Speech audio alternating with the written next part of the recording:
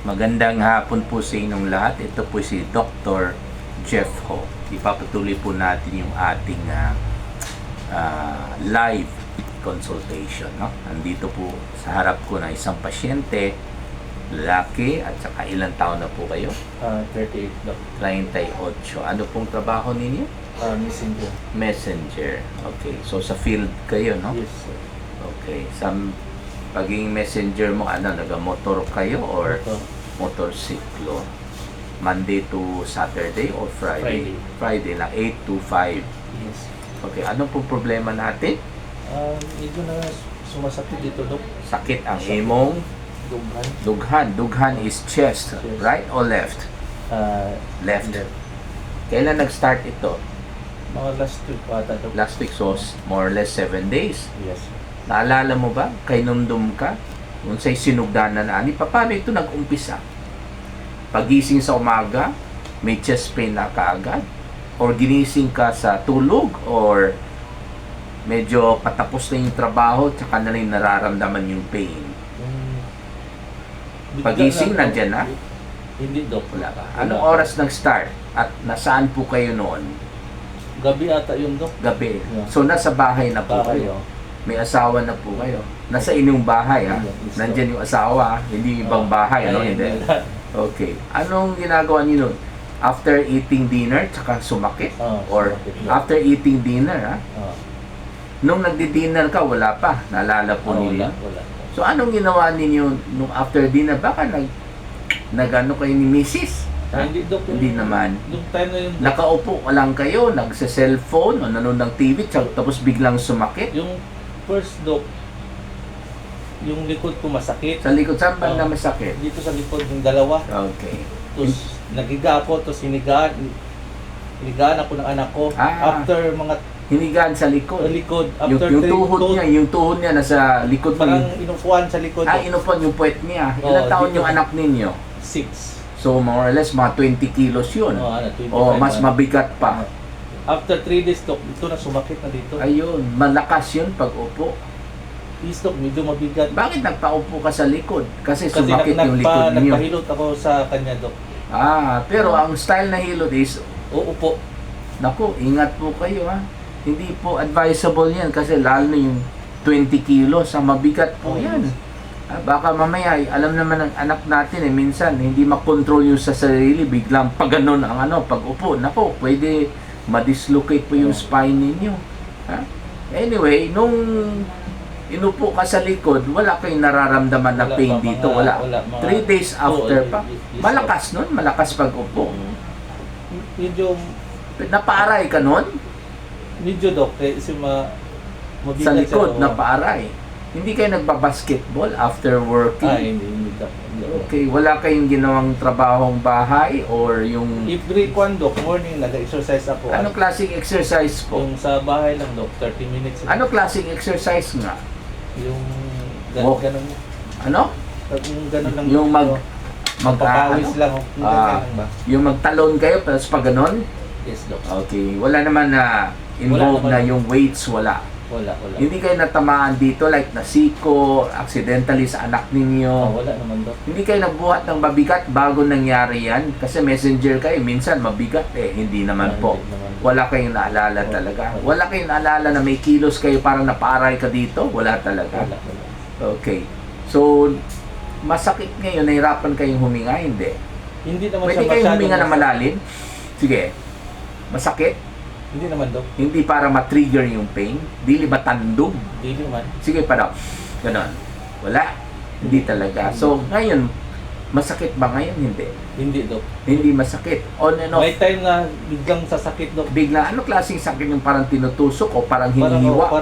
Parang tinutusok, Doc. Saan banda? Diyan, dito. At saka dito. Okay. Dali nung May high blood po kayo? last Never been told? Or you were told before may high blood kayo? 140/90, Doc. So, stage 1 yan. Mild hypertension. Hindi kayo nag-inom ng gamot. Hindi, Doc. Never been told. Minsan lang, Doc, nung kuhan, yung Never been told kayo na may heart problem kayo. Na ECG kayo noon? hindi, Doc. Never been Wala, hindi ECG, no? Never. Okay. So anyway, pasumpong-sumpong lang pala. Kahit nakaupo kayo, magsumpong yung sakit, or usually habang medyo napapagod ka na lakad ng lakad tapos biglang sumakit. Ay, hindi naman, Dok. Nung nilalakad ko medyo malayo, hindi naman sumasakit. Hindi sumasakit. Pero pag nakaupo, minsan sinusumpong kayo. Minsan, Dok. So medyo baligtad po yan sa heart, no? Kasi pag meron kulang circulation yung heart, kumbaga parang prelude or warning na magkaroon siya ng heart attack, no? Kung mabawasan yung circulation ng puso niya na tinatawag natin na ischemia, usually nangyayari po yan pag meron siyang ginagawa. On the go, ika nga. Ha? Kahit maglakad lang, no? Minsan parang hinihingal na siya, parang mabigat. Okay? Pero nawawala yan pag mag-upo yung pasyente na may heart problem. Yun po ang tatak ng ischemia ng heart, no? Okay? Sinusumpong yung chest pain or chest discomfort or chest heaviness pag meron ginagawa. Bakit po? Kasi pag meron ginagawa ang pasyente, like naglalakad bilang messenger, okay, or nagbubuhat ng mabigat, yung circulation, syempre, patungo sa paa at sa kamay. Kasi, dun mas kailangan yung dugo. Diba? Kasi, naglalakad, nagbubuhat ng mabigat. At the expense of circulation going to the heart. Okay? So, masikip na yung daanan ng blood vessel patungo sa heart, masikip na, pero pag nakaupo, okay lang kasi yung dugo makakarating pa sa puso. Kasi nakaupo hindi niya ginagalaw ang paa at kamay.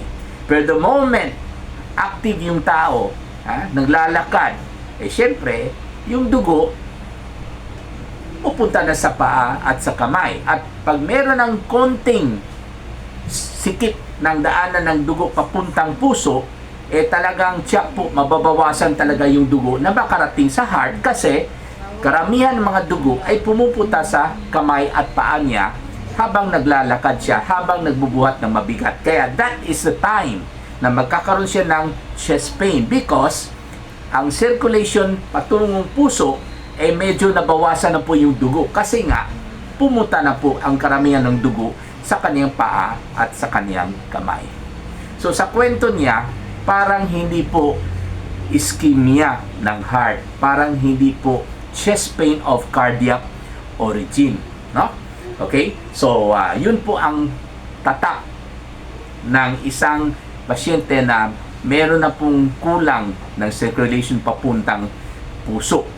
That is, magkaroon siya ng chest discomfort, chest pain, or chest heaviness during activity at nawawala pag nakaupo na siya. Kasi syempre, pag nakaupo na, bumabalik na po yung dugo sa center circulation, hindi na pumupunta sa peripheral circulation sa paa at sa kamay. Kaya, yung quantity of blood na makarating sa puso niya ay will be restored to the original level. Kaya po, mawawala yung chest pain. Okay? So, pag ganyan po ang kwento niya, parang meron konting physical trauma yung inupuan siya sa likod. Syempre, maiipit rin dito. Okay? Pag inupuan, biro mo 20 kilos, kalahating sako ng bigas.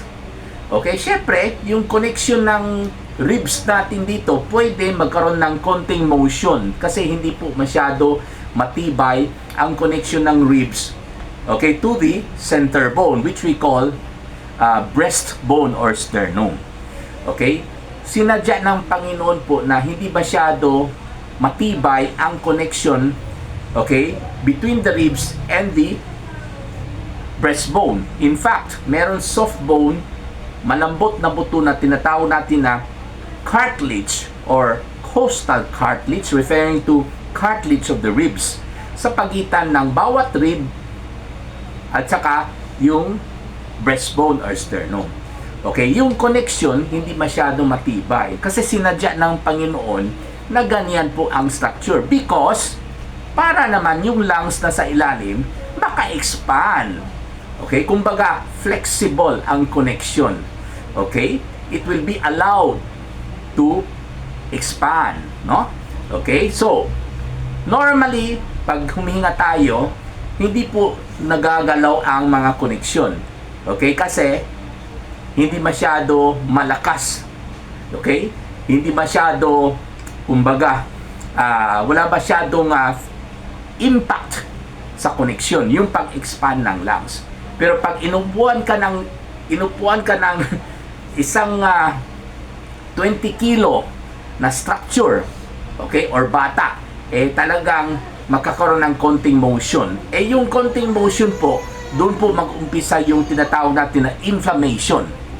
Okay, inflammation of the costochondral junction, meaning the junction of the ribs and the costal cartilage. Kaya ang tawag po natin na pag namamaga po yung costochondral junction, ang tawag po natin na ay costochondritis. Ayan, which is definitely hindi yung meron kang heart problem. Malalaman po natin ito kasi pakinggan ko po muna yung heart niya, kung regular ang tibok ng puso niya, at saka kunan ko po siya ng blood pressure. Kung ngayon po normal, maaaring wala siyang heart damage pa siguro. At saka pipindutin ko po yung costochondral junction niya. Okay, pag umaaray siya habang pinipindot ko, definitely yung sakit niya hindi sa loob yung heart, kasi hindi ko yun maabot. Pag pinipindot ko yung costochondral junction niya at umaaray siya, maaring costochondritis lang po ito, no? Kumbaga, it is a kind of musculoskeletal pain in origin. And for that, pwede siya mag-inom ng kahit diclofenac sodium 50 mg tablet, 1 tablet 3 times a day for 5 days. At bawal po ninyo ipapindot yan, ha? At pwede kayo maglagay ng cold compress kasi nga namamaga po yung costochondral junction po niya, ha?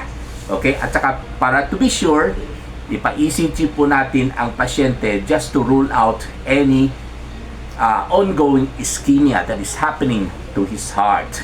Okay? Maraming salamat po.